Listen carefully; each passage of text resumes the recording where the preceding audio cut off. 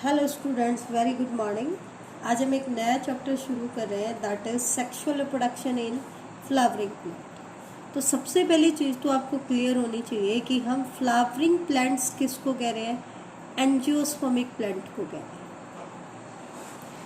हैं। Angiospermic plant जो है they are unique in production of flower. Flower की फॉर्मेशन सिर्फ एंजियोस्पर्म के अंदर होती है, आपकी ये चीज़ ध्यान रखना। और एंजियोस्पर्म में भी हम सिर्फ किसको स्टडी करेंगे, सेक्सुअल रिप्रोडक्शन। ठीक है, तो एक चीज ध्यान रखना, जितने भी फ्लावरिंग प्लांट है, all flowering plants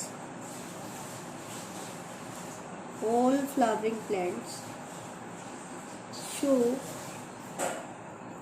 sexual reproduction. जितने भी फ्लावरिंग प्लांट है वो क्या शो करते हैं, सेक्सुअल रिप्रोडक्शन शो करते हैं। अब हमें कैसे पता चलेगा कि फ्लावरिंग प्लांट ने सेक्सुअल रिप्रोडक्शन की या नहीं की? वो हमें किससे पता चलेगा, उसके एंड प्रोडक्ट से। लेकिन ये एंड प्रोडक्ट की फॉर्मेशन होगी कहाँ पे, तो ये चीज़ मैं आपको बता देती हूँ। साइट ऑफ सेक्सुअल रिप्रोडक्शन होती है। साइट मतलब जहाँ पे सेक्सुअल रिप्रोडक्शन होगी। साइट ऑफ सेक्सुअल रिप्रोडक्शन होता है बेटा फ्लावर प्लांट में। एंजियोस्पर्मिक प्लांट में सेक्सुअल रिप्रोडक्शन कहाँ होगा, फ्लावर के अंदर होगा। और पता कैसे चलेगा कि प्लांट ने सेक्सुअल रिप्रोडक्शन किया है? एंड प्रोडक्ट अगर बनता है सेक्सुअल रिप्रोडक्शन का तो दैट मीन्स सेक्सुअल रिप्रोडक्शन हो चुकी है। और सेक्सुअल रिप्रोडक्शन का एंड प्रोडक्ट क्या होगा एंजियोस्पर्मिक प्लांट में? Seeds and fruits. क्या होंगे बेटा? Seeds and fruits. ठीक है, ये क्या है, and product of sexual reproduction. एक चीज ध्यान रखना, जितने भी फ्लावरिंग प्लांट्स हैं दे show flowering plants show an amazing array of adaptation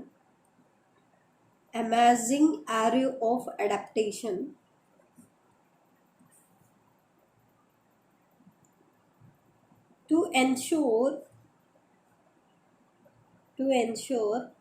formation of end product। And product की फॉर्मेशन हो, इसके लिए फ्लावरिंग प्लांट क्या करते हैं, amazing array of adaptation show करते हैं। ठीक है, amazing array of adaptation means जैसे आप देखते होगे अलग अलग कलर के फ्लावर अवेलेबल होते हैं, अलग अलग साइजेस में होते हैं। ठीक है, अट्रैक्टिव कलर के होते हैं, पर्टिकुलर स्मेल प्रोड्यूस करते हैं। तो ये क्या है, ये सारी चीज़ें किसके लिए कर रहा है फ्लावर, ताकि उसके एंड प्रोडक्ट की फॉर्मेशन हो जाए, दैट मीन्स उसके अंदर सेक्सुअल रिप्रोडक्शन। ठीक है, तो ये चीज़ आप ध्यान रखना, ये चीज़ इंपॉर्टेंट है। नेक्स्ट पॉइंट मैं आपको एक बार बता देती हूँ। एक साइंस की ब्रांच होती है जिसको हम कहते हैं floriculture. Floriculture as the science of cultivation, breeding and marketing of flower. ये साइंस की एक ऐसी ब्रांच है जिसके अंदर हम फ्लावरिंग प्लांट्स की कल्टीवेशन करते हैं, उनकी ब्रीडिंग कराते हैं, क्या कराते हैं, सेलेक्टेड मेटिंग भी कराते हैं ताकि अच्छी क्वालिटी के हमारे पास फ्लावर अवेलेबल हो, हाइब्रिडाइजेशन भी कराते हैं ताकि हाइब्रिड फ्लावर हमारे पास अवेलेबल हो, और उनकी मार्केटिंग भी कराते हैं। क्यों? क्योंकि फ्लावर हमारी डे टू डे लाइफ का बहुत इंपॉर्टेंट हिस्सा है। इसकी ऑर्नामेंटल वैल्यू भी होती है, इम्पॉर्टेंट ह्यूमन फीलिंग्स को भी कन्वे करता है, एस्थेटिक प्लेजर भी देता है। भी हमें फ्लावर्स को देखना, गार्डन्स को देखना अच्छा लगता है। ठीक है, तो इसलिए मार्केट में फ्लावर की डिमांड बढ़ रही है। तो उसके लिए साइंस की एक ऐसी सेपरेट ब्रांच आई है जो फ्लावर और फ्लावरिंग प्लांट्स की कल्टीवेशन, उनकी ब्रीडिंग और मार्केटिंग पे फोकस करती है। उसको हम क्या कहते हैं, फ्लोरिकल्चर कहते हैं। क्या कहते हैं बेटा, फ्लोरिकल्चर। ठीक है, एक चीज और देखना, एक वर्ड आता है एंथोलॉजी। एंथोलॉजी क्या होता है, लॉजी का मतलब होता है, लोगोस वर्ड से है टू स्टडी। तो दैट मीन्स यहाँ पर हम किसको स्टडी करेंगे, टू स्टडी फ्लावर। अगर हम फ्लावर की स्टडी करते हैं तो वो कहलाता है एंथोलॉजी। ठीक है, फ्लावर की स्टडी करना क्या कहलाता है, एंथोलॉजी। एक वर्ड होता है एंथेसिस। एंथैसिस का मतलब होता है it is the process of flower coming out of bud. अगर कोई फ्लावर बड से बाहर निकलता है, दैट मीन्स आपने देखा होगा सारे फ्लावर मोस्टली बड की फॉर्म में होते हैं, और जब फ्लावर मैच्योर होता है तो बड ओपन हो जाती है, ऐसा ही होता है ना। तो ये जो प्रोसेस होता है जिसमें एक बड से फ्लावर निकल के आता है, इसको हम क्या कहते हैं, एंथैसिस कहते हैं। क्या कहते हैं, एंथैसिस कहते हैं। ठीक है, अब एक वर्ड, एक लाइन बहुत इंपॉर्टेंट है कि आपको पता होनी चाहिए ये लाइन। वो लाइन क्या कहती है कि flowers are morphological and embryological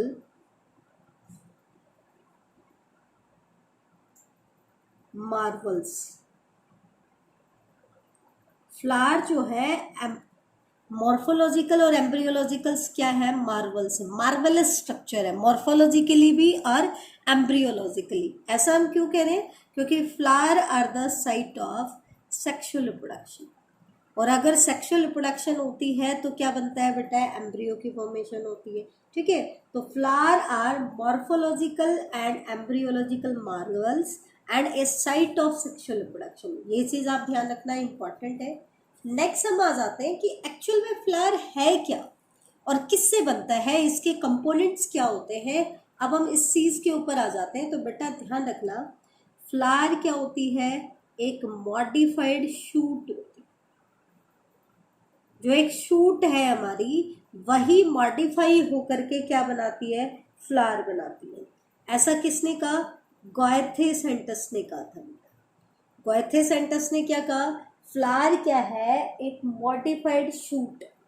और किसी भी फ्लावर के अंदर बेसिकली 3 कंपोनेंट होते हैं। कौन कौन से कंपोनेंट होते हैं, पेडिसल, कंडेंस्ड एक्सेस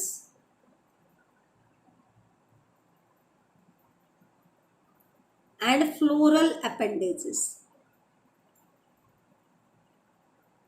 कौन कौन से पार्ट है, pedicel, condensed axis and floral appendages. Pedicel किसको कह रहे हैं, किसी भी फ्लावर की जो स्टॉक होती है उसको हम क्या कहते हैं, उसकी पेडिसल कहते हैं। ठीक है, ये क्या होता है बेटा, पेडिसल बनती कैसे है, आपको पता है बेटा, फ्लावर शूट से कैसे बनता है, बाई कंडेंसेशन। कैसे बनता है, कंडेंसेशन। अब कंडेंसेशन क्या होता है, आपको पता है शूट के अंदर क्या होता है बेटा, नोड्स होते हैं और इंटरनोड्स होते हैं। ठीक है, नोड वो पॉइंट है जहां से कोई भी ब्रांच अराइज हो रही है या कोई भी अपेंडेज अराइज हो रही है, और 2 नोड के बीच का जो डिस्टेंस होता है इसको हम कहते हैं इंटरनोड। जब शूट मॉडिफाई होती है फ्लावर में तो क्या होता है बेटा, इसके नोड कंडेंस हो जाते हैं। कंडेंस होने का मतलब है कि उनके नोड बिल्कुल पास पास आ जाएंगे, that means internodal distance reduce हो जाएगा, ताकि इनके ऊपर जो अपेंडेजेस है वो एक क्लस्टर में आ जाए और एक फ्लावर की फॉर्म ले ले। लेकिन जो पेडिसल होता है वो कैसे बनता है, इसकी जो लोवेस्ट, सबसे लोवेस्ट या यूं कह दो लोवेस्ट नोड होता है वो इलोंगेट करता है। सबसे लोवेस्ट नोड क्या करता है, इलोंगेट करता है, और उसको हम क्या कहते हैं, पेडिसल कहते हैं। तो ये चीज आप ध्यान रखना, the lowest node elongate into pedicel।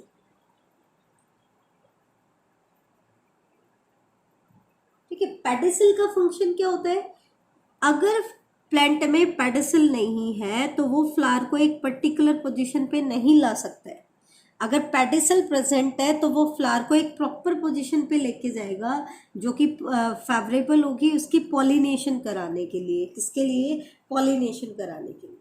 अब फ्लावर में पेडिसल है या नहीं है, ठीक है तो किस साइज की है, उसके बेसिस पर हम 3 कैटेगरी में फ्लावर को डिवाइड करते हैं। कौन कौन से, पेडिसिलेट, ससाइल एंड सबससाइल।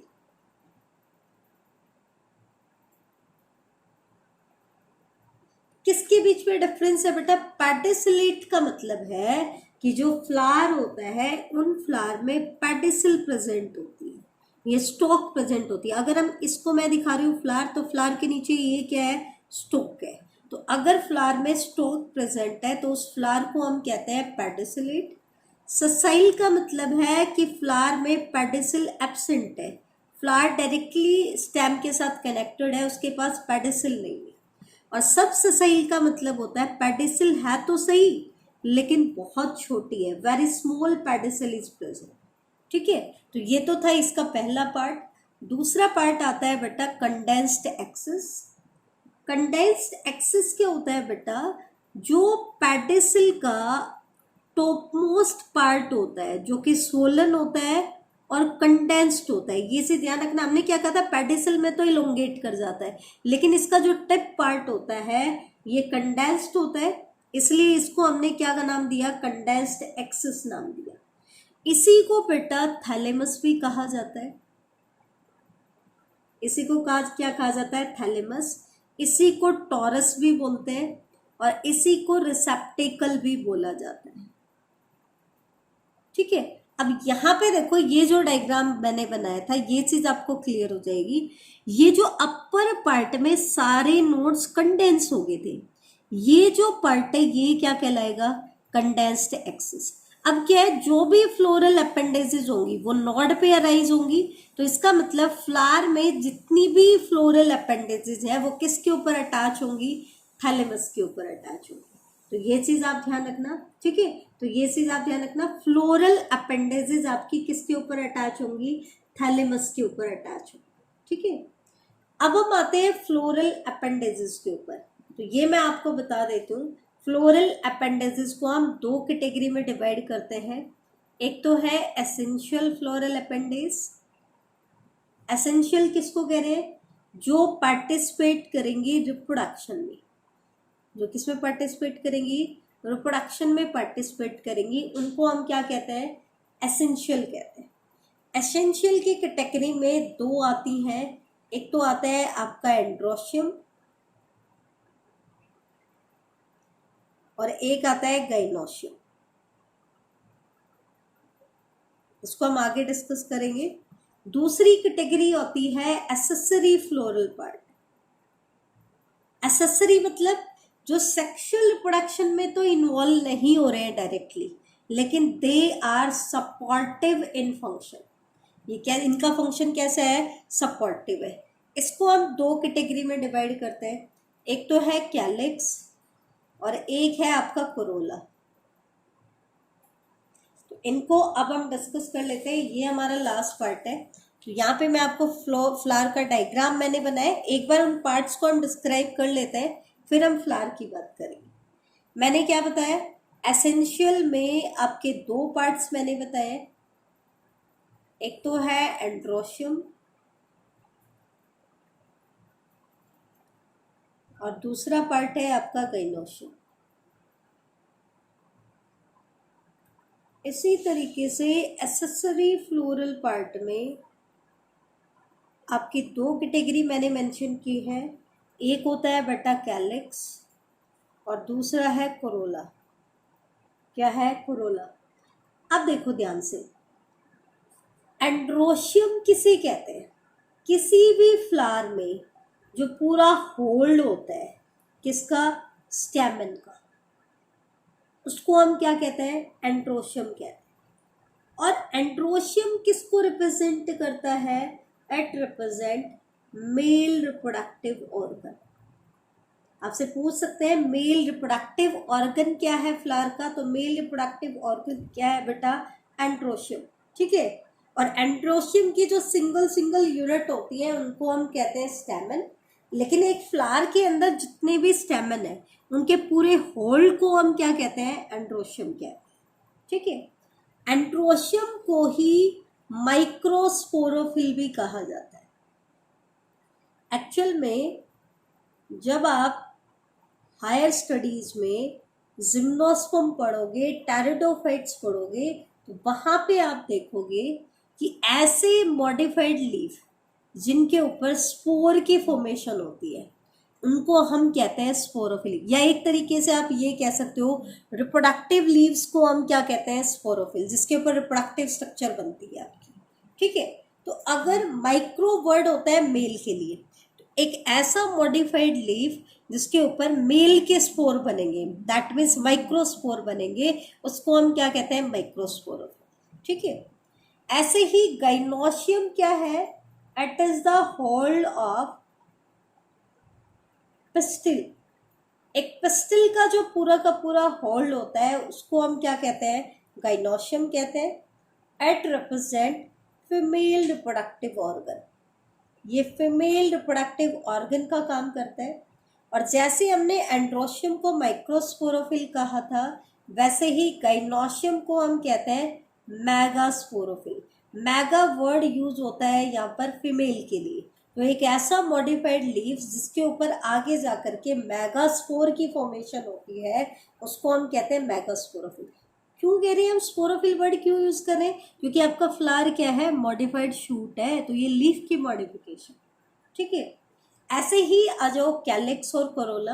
अब ये तो थे रिप्रोडक्टिव ऑर्गन, एंड्रोशियम काम कर रहा था मेल रिप्रोडक्टिव ऑर्गन की तरह और गाइनोशियम काम कर रहा था फीमेल रिप्रोडक्टिव ऑर्गन की तरह। अब इनका तो डायरेक्ट सेक्सुअल रिप्रोडक्शन में कोई लेना देना नहीं है, लेकिन ये सपोर्टिव होते हैं। कैसे सपोर्ट करते हैं, ध्यान से देखो।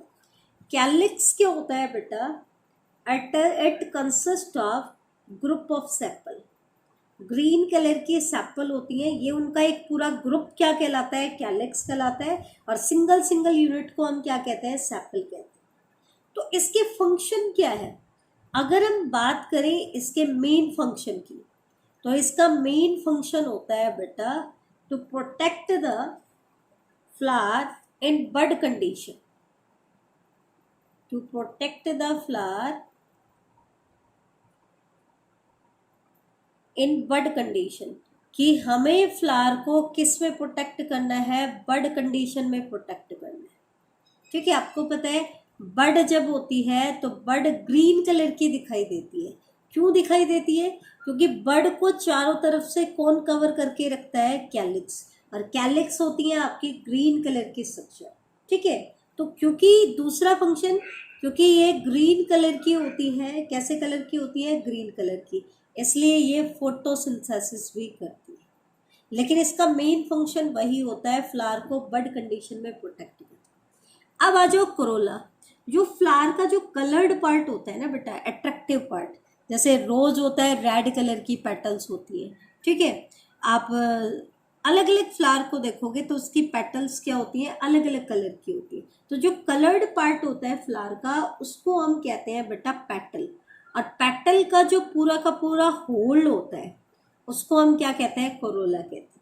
बेटा ध्यान रखना, एक फ्लावर के अंदर जितने भी स्टैमेन है उनके पूरे होल्ड को गाइनोशियम कहते हैं, सिंगल यूनिट को स्टैमेन कहते हैं। ऐसे ही फीमेल रिप्रोडक्टिव ऑर्गन की सिंगल यूनिट को पिस्टिल कहा जाता है और उसके पूरे होल्ड को क्या कहते हैं, गाइनोशियम। ग्रुप ऑफ सेपल को क्या कहा जाता है, कैलिक्स, और ग्रुप ऑफ पेटल को क्या कहा जाता है, कोरोला। ठीक है, कोरोला क्योंकि ये कलर्ड पार्ट होता है तो इसका मेन पर्पस होता है टू अट्रैक्ट पोलिनेटिंग एजेंट। ये पोलिनेटिंग एजेंट को अट्रैक्ट करता है। पोलिनेटिंग एजेंट क्यों, क्योंकि बेटा एंजियोस्पर्मिक प्लांट में मेल गैमेट और फीमेल गैमेट दोनों के दोनों नॉन मोटाइल होते हैं। तो फिर मेल गैमेट फीमेल गैमेट तक कैसे जाएगा, उसको पॉलिनेटिंग एजेंट लेके जाएंगे। तो उन एजेंट को अट्रैक्ट कौन करेगा, फ्लावर की तरफ, कोरोला। अब हम देख लेते हैं फ्लावर का डाइसेक्शन। देखो, फ्लावर का ट्रांसवर्स सेक्शन हमने कट किया तो हमने क्या ऑब्जर्व किया कि सबसे आउटर मोस्ट होल जो होता है, सबसे बाहर वाला सर्कल, वो तो होता है सेपल का, ग्रीन कलर की सेपल होती है। ठीक है, मोस्टली ग्रीन ही होती है और सबसे आउटर मोस्ट होल्ड बनाते हैं, आउटर मोस्ट सर्कल बनाते हैं फ्लावर का। और इसके पूरे ग्रुप को हमने क्या कहा था, कैलिक्स। ठीक है, फिर इसके अंदर आप चलोगे तो आपको इनर सर्कल में आपको दिखाई देंगी कलर्ड पार्ट, जिसको हम कहते हैं पेटल। तो एक सिंगल यूनिट को तो पेटल बोल दिया और इसके पूरे होल्ड को हमने क्या बोल दिया, कोरोला। उसके अंदर आप जाओगे तो आपको दिखाई देगा मेल रिप्रोडक्टिव ऑर्गन। मेल जो रिप्रोडक्टिव ऑर्गन होता है उसकी सिंगल यूनिट को हम कहते हैं स्टैमेन, और इस पूरे सर्कल को हम कहेंगे बेटा आपका एंड्रोशियम। कोई भी स्टैमेन जो होता है ना बेटा, इसके अंदर दो तरह की स्ट्रक्चर होती है। एक तो जो इसके टिप के ऊपर फर्टाइल पार्ट होता है इसको कहा जाता है एंथर, और एक इसकी जो लॉन्ग स्टॉक लाइक स्ट्रक्चर होती है उसको हम कहते हैं फिलामेंट। और सबसे सेंटर में प्रेजेंट होता है, सेंट्रल हॉल बनाता है आपका पिस्टिल, या सिंगल फ्री यूनिट को हम पिस्टिल कहते हैं, वैसे हम कार्पल भी बोल देते हैं, ठीक है, लेकिन थोड़ा सा डिफरेंस होता है वो हम आगे डिस्कस करेंगे। और कई बार क्या होता है, एक से ज्यादा कार्पल होते हैं किसी भी फ्लावर में, तो उस केस में इसके पूरे होल को हम कह देते हैं गाइनोशियम। और अगर एक ही यूनिट प्रेजेंट है तो कार्पल भी वही होगा, मोनोकार्पेलरी, और आपका गाइनोशियम भी क्या होगा, वही होगा, ठीक है। तो मोनोकार्पेलरी ओवरी में कार्पल कह दें या गाइनोशियम कह दें एक ही बात है। जो इसका पिस्टिल होता है उसके अंदर बेसिकली 3 पार्ट होते हैं। सबसे टिप के ऊपर जो पार्ट होता है ये होता है स्टिग्मा, इससे नीचे एक लॉन्ग स्टॉक लाइक स्ट्रक्चर होती है स्टाइल, और सबसे नीचे एक लॉब शेप स्ट्रक्चर होती है जिसको हम कहते हैं ओवरी। तो ये आज का हमारा लेक्चर था, इसके आगे हम नेक्स्ट लेक्चर में स्टडी करेंगे। थैंक यू बेटा।